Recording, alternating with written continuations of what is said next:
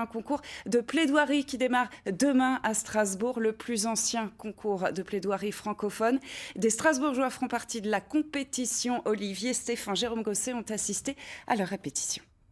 Monsieur le Président, c'est une vaste salle où la lumière est douce et l'atmosphère semble camarade, mais ne nous y trompons pas, on va s'y déchirer.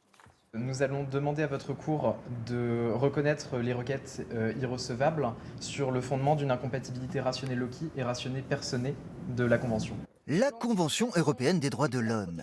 Ces articles souffrent avec ce 34e concours Cassin.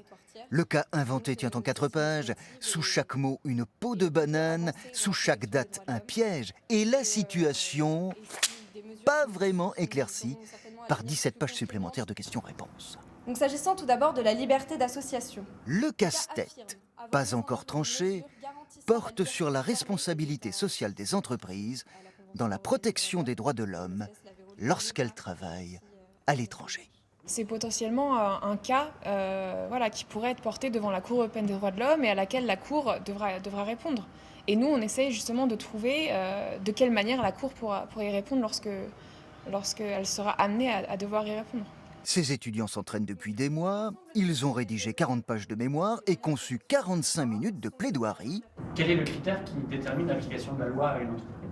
Et leur coach Pourquoi n'avait-elle aucune obligation positive? les fait souffrir.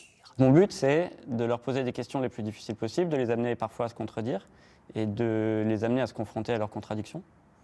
Étant donné qu'ils doivent défendre l'État, c'est pas toujours facile de garder un discours cohérent. Et c'est une des choses les plus difficiles au concours. Car demain, ces étudiants défendront le pays imaginaire de l'entreprise incriminée contre des syndicalistes qui l'attaquent en dernier recours devant la Cour européenne des droits de l'homme.